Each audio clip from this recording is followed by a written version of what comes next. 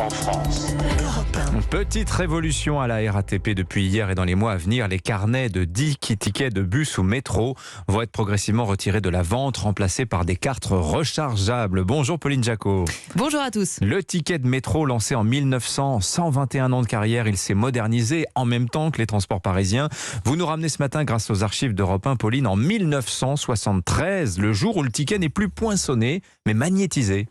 C'est l'arrivée des tourniquets automatiques dans les stations parisiennes et donc la fin annoncée d'un métier chanté en 1958 par Gainsbourg. Je suis le poinçonneur des lilas, le gars qu'on croise et qu'on ne regarde pas.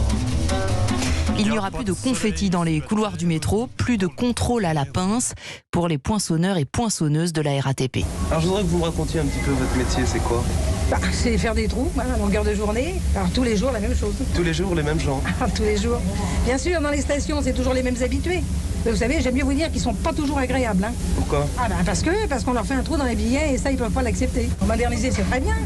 Et qu'est-ce que vous allez faire de tous ces gens? Beaucoup deviendront agents de station. L'arrivée de ces appareils composteurs, comme on les appelle à l'époque, a aussi une autre conséquence, la hausse instantanée des fraudes aux tourniquets. Évidemment, certaines personnes ont trouvé le truc et l'utilisent parfois 2 ou 3 fois. Ça vous arrive souvent de faire ça? Oh, je peux pas dire ni souvent ni pas souvent. Ça m'arrive quand par exemple j'ai la flemme d'acheter un carnet de tickets ou je sais pas de monnaie, ça m'ennuie. Bon je le fais une fois comme ça. Puis c'est amusant, il y a le goût du risque. Oui, l'arrivée de la bande magnétique, Pauline, c'est en fait une vraie révolution à l'époque. Et dans les années 80, le ticket de métro devient un symbole de modernité. Oui, la RATP veut changer d'image, devenir une marque urbaine et branchée. Elle sort une campagne publicitaire que beaucoup gardent en tête. T'as le ticket chic, t'as le ticket choc. Ticket, ticket, tac, tic, tac, tac, ticket, ticket, tac.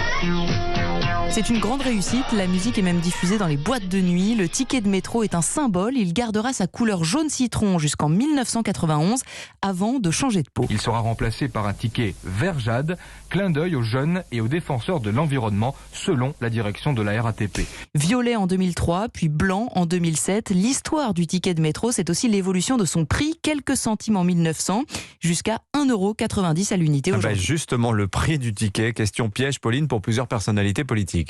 Première erreur, en 1974, Valéry Giscard d'Estaing répond à Françoise Giroud, 90 centimes, raté, c'est 1 franc et 30 centimes. La dernière erreur, c'était en 2012, Nicolas Poincaré, interview Nathalie Kosciusko-Morizet. Vous, la porte-parole du candidat du peuple, pouvez-vous nous dire combien coûte un ticket de métro? 4 € et quelques. 1,70 €. Mais le ticket de métro cache aussi de belles histoires, des numéros de téléphone griffonnés à la hâte sur ce bout de carton, des carrières musicales qui démarrent, symbole d'hommage à Gainsbourg. Encore aujourd'hui, des dizaines de tickets de métro fleurissent sa tombe au cimetière du Montparnasse à Paris. Merci Pauline Jacot, à suivre sur Europe 1 à 7h43, juste après le journal.